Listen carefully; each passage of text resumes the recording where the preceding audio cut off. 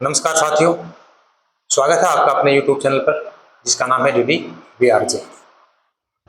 पहले को चैनल ने सब्सक्राइब करो, वीडियो को लाइक करो, शेयर करो, कमेंट करो, है ना। आज आप एक नए दुर्ग की चर्चा करेंगे कर सके। और ये दुर्ग जो है ये है रणथंभौर का दुर्ग।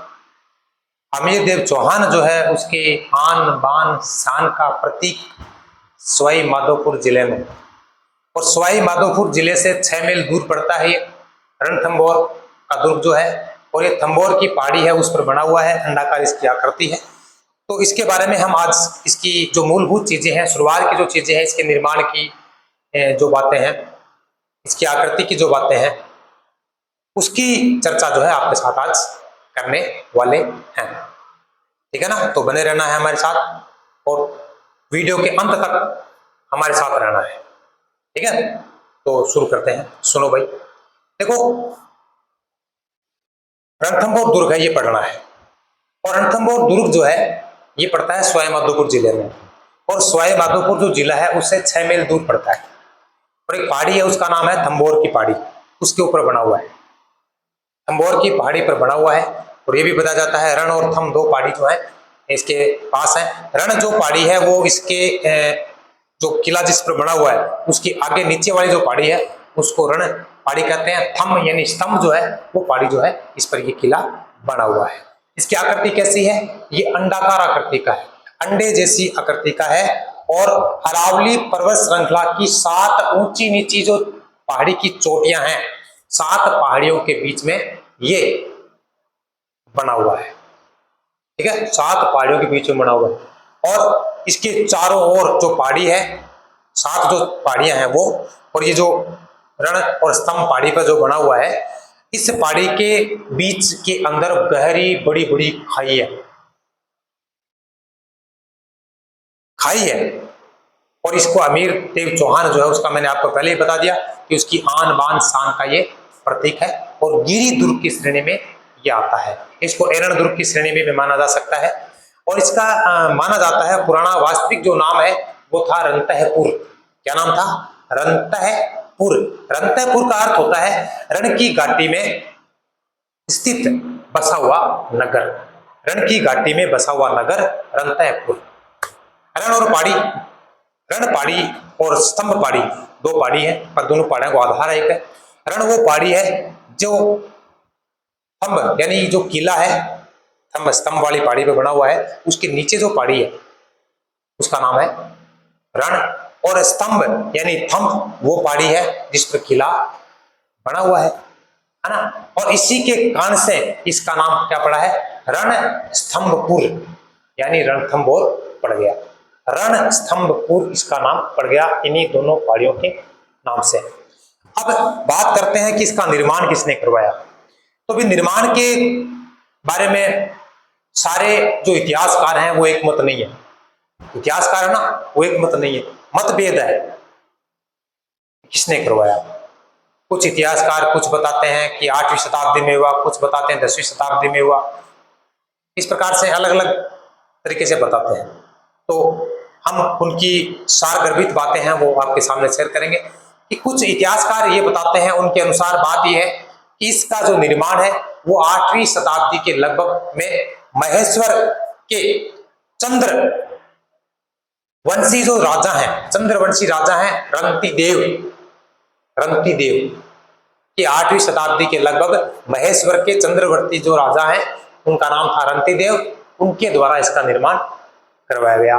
कुछ इतिहासकार इसके बारे में मत देते हैं कि रंतिदेव के द्वारा 8वीं शताब्दी के आसपास इसका निर्माण करवाया गया था। और ये रंतिदेव जो थे इनका राज्य जो ना चंबल जो नदी है उसके आसपास था। चंबल नदी के आसपास रंतिदेव का क्या था? राज्य था। तो कुछ इतिहासकार कहते हैं कि रंतिदेव के द्वारा इसका निर्माण 8वीं शताब्दी है या सदी है उसके आसपास इसका निर्माण करवाया गया। ठीक है। कुछ इतिहासकार क्या कहते हैं कि 994 ईस्वी में सपादलक्ष के चौहान वंश के जो राजा हैं जिसका नाम था रणथान देव, या कह सकते हो रणभवन, रणथंभन, रणथंभन जो है इसके द्वारा इसका निर्माण करवाया गया। तो कुछ तो क्या बताते हैं कि राजा रणतिदेव उसके द्वारा निर्माण करवाया गया, कुछ क्या बताते हैं कि मतलब 994 10वीं शताब्दी होगी ना, कि 994 ईस्वी में सपादलक्ष के चौहान वंश के जो राजा हैं रणथामदेव यानी रणथंभन जो राजा हैं या रणथंभन देव राजा हैं उसके द्वारा इसका निर्माण करवाया गया। ठीक है, कुछ क्या कहते हैं चंदेल राजपूत हैं उनके द्वारा इसका निर्माण करवाया गया। और राव जेता जो है उसको नाम बताते हैं कि राव जेता के द्वारा, जो चंदेल राजपूत थे उनके द्वारा 8वीं शताब्दी के लगभग इसका निर्माण करवाया गया। किसके द्वारा? राव जेता के द्वारा। तो 3 नाम कौन कौन से आ गए? राजा रणतिदेव, रणथामदेव और तीसरा क्या आ गया? चंदेल राजपूत। कौन है? राव जेता जो है उनके द्वारा इसका निर्माण करवाया गया। और सर्वाधिक इनमें से मान्य चीज कौन सी है? सर्वाधिक मान्य चीज यह है कि 8वीं शताब्दी के लगभग चौहान शासक राजा जयंत द्वारा इसका निर्माण करवाया गया। किसके द्वारा? राजा जयंत। मतलब सबसे ज्यादा लोग किसको सही मानते हैं? राजा जयंत जो है उसको सही मानते हैं। क्यों मानते हैं? क्योंकि रणथंभौर जो दुर्ग है उसका जो प्रवेश द्वार है, उस प्रवेश द्वार पर इनका शिलालेख लगा हुआ है और उस शिलालेख के अनुसार मान्यता यह है कि इसका निर्माण राजा जयंत के द्वारा करवाया गया था। कब? 8वीं शताब्दी में। अब बात करते हैं कि किले का क्षेत्रफल कितना है। तो किले का क्षेत्रफल जो है 102 हेक्टेयर में है, 102 हेक्टेयर में है। अब बात करते हैं कि चौहान वंश, हमीरदेव चौहान थे और चौहान वंश की नींव रखने वाली जो बात थी वो कब की है? तो भाई आपको पता होना चाहिए कि तराइन का जो दूसरा युद्ध हुआ था, कब हुआ था? 1192 ईस्वी में। मैं आपसे ये पूछना चाहता हूँ, तराइन का द्वितीय विश्व युद्ध 1192 ईस्वी में हुआ, किन के मध्य हुआ? आप कमेंट में बताना। तो 1192 ईस्वी में जो युद्ध हुआ था उसके बाद पृथ्वीराज तृतीय, पृथ्वीराज थर्ड, उसके पुत्र थे गोविंदराज चौहान। गोविंदराज चौहान जो है उसने, या कह सकते हो उन्होंने, यहाँ पर मतलब रणथंभौर दुर्ग है इसमें चौहान वंश की क्या रखी थी? नींव रखी थी। चौहान वंश की नींव रखी किसके द्वारा रखी गई है भाई? प्रश्न पूछा जाएगा। गोविंद देव पृथ्वीराज चौहान तृतीय के पुत्र थे और इनके द्वारा इसमें रणथंभौर दुर्ग में चौहान वंश की क्या रखी गई? नींव रखी गई।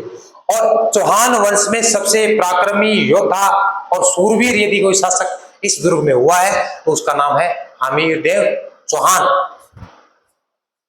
ठीक है। अब अबुल फजल जो है इस दुर्ग के बारे में क्या कहते हैं कि ये और दुर्ग सारे जितने भी हैं राजस्थान में, कि राजस्थान में सारे दुर्ग जो है वो क्या है? नंगे हैं, परंतु ये दुर्ग क्या है? बख्तरबंद है, मतलब चारों ओर से ढका हुआ है। दूर से आपको नजर नहीं आना, दूर से नजर नहीं आएगा ये।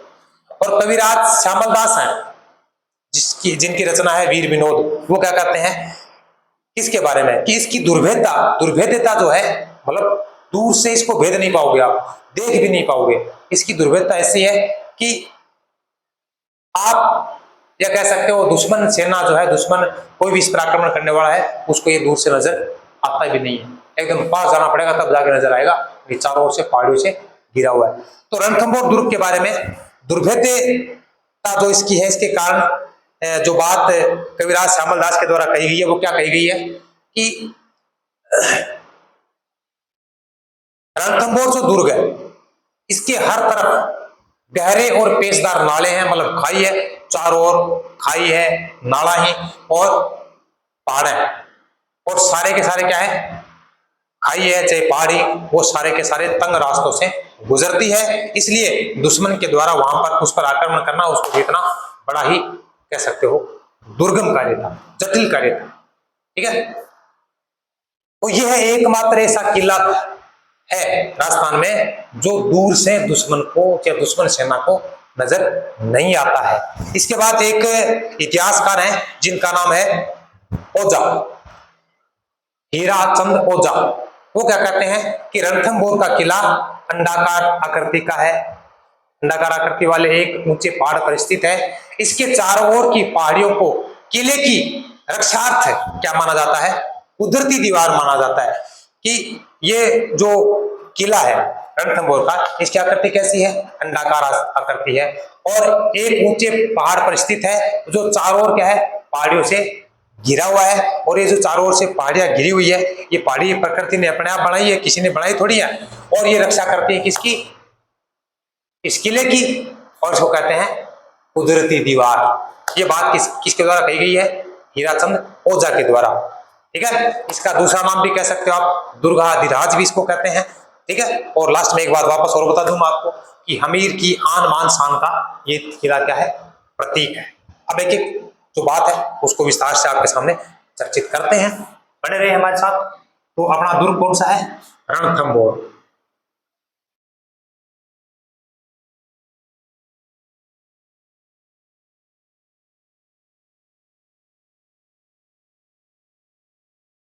रणथंभौर दुर्ग, इसकी चर्चा हम आपके साथ अब करने वाले हैं।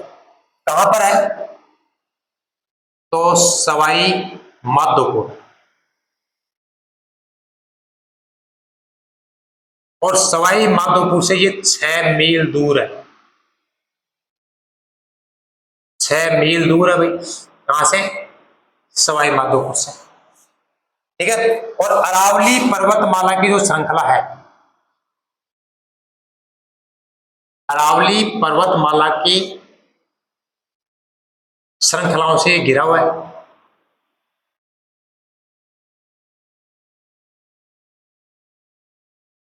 अरावली पर्वतमाला की जो श्रृंखलाएं हैं उनसे ये चारों ओर से घिरा हुआ है और थंबोर की पहाड़ी पर बना हुआ है। कौन सी पहाड़ी पर बना हुआ है, थंबोर की पहाड़ी पर। इसके चारों ओर अरावली पर्वतमाला की 7 ऊंची नीची पहाड़ों की चोटियां, और इनके बीच में क्या है, खाई है। क्या है, खाई है, पहाड़ियों के मध्य बना हुआ है। सवाईमाधोपुर जिले में 6 मील दूर है इससे, अरावली पर्वतमाला की श्रृंखला है उनसे घिरा हुआ है, और थंबोर की पहाड़ी है उस पर क्या है, बना हुआ है। इसका वास्तविक नाम क्या है, रंतहपुर। मतलब क्या हो गया, रण की भूमि में स्थित नगर, ये इसका वास्तविक नाम बताया जाता है। इसका नाम क्या है, रंतहपुर इसका वास्तविक नाम है। क्या नाम है भाई, वास्तविक नाम रंतहपुर। अब बताया जाता है कि यहां पर 2 पहाड़ी हैं, एक का नाम रण है, एक का नाम है थम। थम को स्तंभ बोलते हैं, थम को स्तंभ भी बोल सकते हो आप। रण, ये पहाड़ी जो है ये कौन सी है, मतलब इन दोनों पहाड़ियों का जो है कह सकते हो इनको आधार मिल रहा है। तो रण वो पहाड़ी है जो किले के नीचे है, किले के नीचे। नीचे का मतलब है इस पर किला बना हुआ नहीं है, किले के आगे नीचे जो पहाड़ी है उसको कहते हैं रण, और जिस पर किला बना हुआ है उसको कहते हैं थम। जिस पर किला बना है यानी दुर्ग बना है वो कौन सी है, थम। और इसलिए रण और थम 2 पहाड़ियों का आधार होने के कारण इसका नाम क्या पड़ गया, रण स्तंभपुर। क्या नाम पड़ गया भाई, रण स्तंभपुर। और इसी का जो दूसरा नाम कह सकते हो जो आजकल बोला जाता है वो है रणथंभौर। इन दोनों पहाड़ियों के नाम के कारण इसका नाम क्या पड़ गया, रण स्तंभपुर यानी रणथंभौर। ठीक है, अब बात करते हैं निर्माण की, निर्माण की बात करते हैं। कुछ इतिहासकार कहते हैं कि 8वीं शताब्दी के लगभग में, कि 8वीं शताब्दी के लगभग में इसका जो निर्माण है किसके द्वारा कराया गया, महेश्वर के चंद्रवर्षी राजा रंतिदेव। महेश्वर के चंद्रवर्ती चंद्रवर्ती राजा रंतिदेव के द्वारा करवाया गया। कुछ इसको मानते हैं कि 8वीं शताब्दी के लगभग में महेश्वर के राजा चंद्रवंशी, चंद्रवंशी जो राजा हैं उनका नाम क्या है? अरंती देव, उसके द्वारा इसका निर्माण करवाया गया है। कुछ क्या मानते हैं, अब ये अरंती देव जो है इनका जो साम्राज्य था वो चंबल नदी के पास था।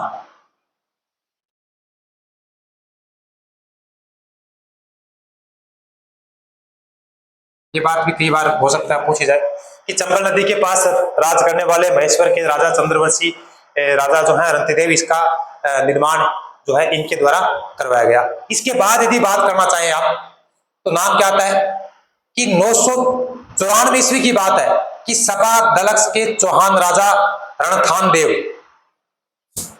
994 की बात है,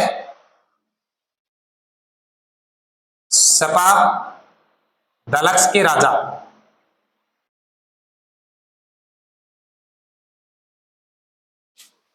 चौहान थे कि सपा दलक्ष के चौहान राजा जिनका नाम था रणथान देव, रणथान देव।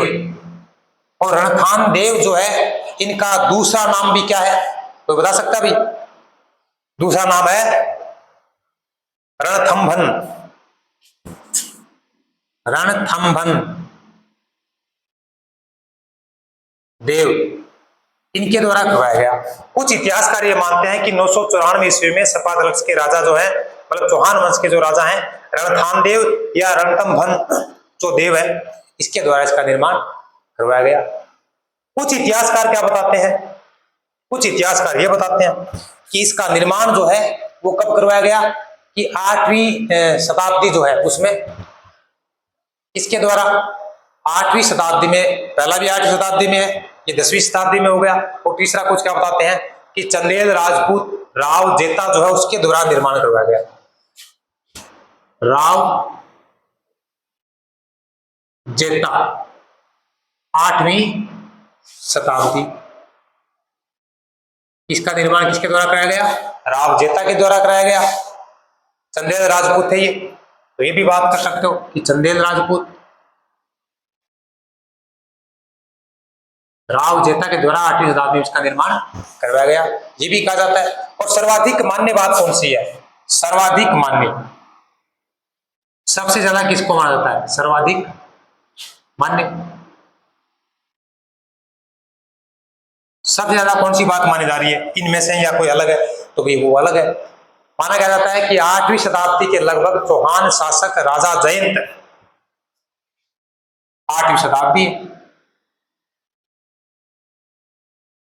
राजा कौन सा है? चौहान, चौहान वंश, चौहान राजा जो है नाम क्या है? राजा जयंत द्वारा क्या किया गया? निर्माण करवाया गया। कि सबसे ज्यादा जो बात मान्य है वो ये है कि इसका निर्माण 8वीं शताब्दी के आसपास चौहान राजा जयंत के द्वारा इसका निर्माण करवाया गया। और ये ज्यादा क्यों मान्य है? क्योंकि रणथंभौर दुर्ग का जो एक प्रवेश द्वार है,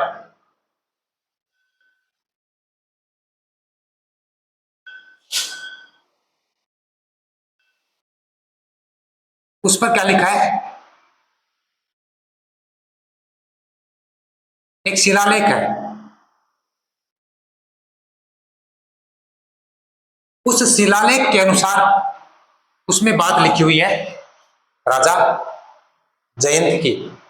तब मान्य है कि भी कुछ लिखा हुआ है उसके अंदर इसके बारे में कि इस निर्माण के संबंध में, तो तब सबसे ज्यादा मान्य ये बात होगी कि सर्वाधिक मान्य तथ्य यह है कि 8वीं शताब्दी के आसपास चौहान वंश के राजा जयंत जो है इसके द्वारा रणथंभौर दुर्ग का निर्माण करवाया गया। अब बात करते हैं दुर्ग जो है इसके आकार की बात हो गई, तो आकार कैसा है? अंडाकार है,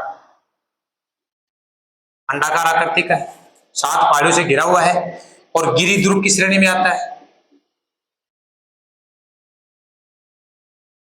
ठीक है, और 102 हेक्टेयर में फैला हुआ है,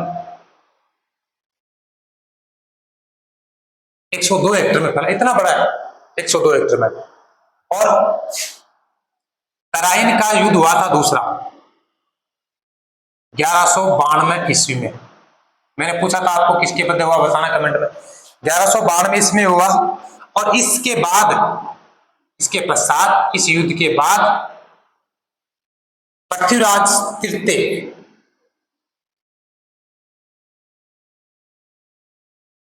के पुत्र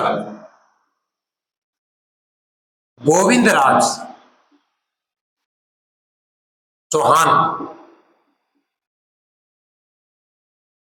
ने यहां पर चौहान वंश की स्थापना की थी।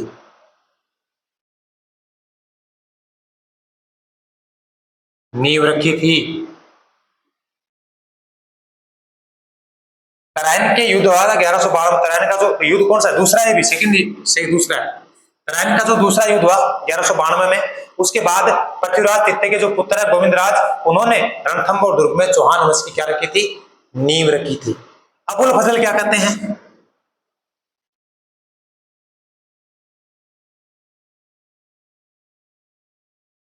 कि और सारे दुर्ग क्या है, नंगे हैं।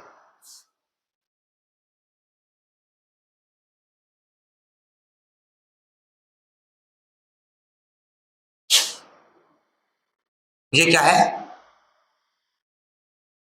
बख्तरबंद दुर्ग है, मतलब चारों ओर से ढका हुआ, जो दिखाई नहीं देता है। ये किसने कहा है, अबुल फजल ने कहा है।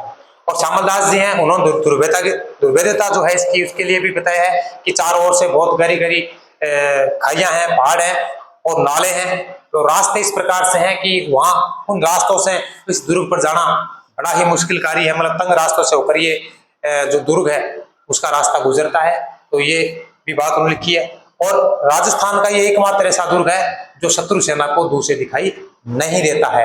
हरिचंद ओझा जो है, उन्होंने भी क्या कहा था कि इसकी आकृति कैसी है, अंडाकार आकृति है, और इसके चारों ओर कुदरती रूप से क्या है, दीवार जो है रक्षा के रूप में खड़ी हुई है, जो पहाड़ों की बनी हुई है अपने आप। इसलिए उन पहाड़ों को, उन दीवारों को क्या कहते हैं, कुदरती दीवार नाम दिया इन्होंने। और इस दुर्ग का दूसरा नाम क्या है, दुर्गाधिराज। और एक मुख्य बात यह है इसकी कि ये दुर्ग जो है ये अमीर देव चौहान की आन बान शान का क्या है, प्रतीक है। ठीक है, तो कौन कौन सी बातें हमने देखी है, वो सारी की सारी बातें आप रिपीट करें, पढ़ें, समझें। मिलेंगे अगले वीडियो में इससे आगे वाली चीजों के साथ। तब तक खुश रहें, मस्त रहें, स्वस्थ रहें। वीडियो लाइक करो भाई, वीडियो लाइक करो, शेयर करो, कमेंट करो, चैनल करो सब्सक्राइब। हाँ ठीक है, थैंक यू।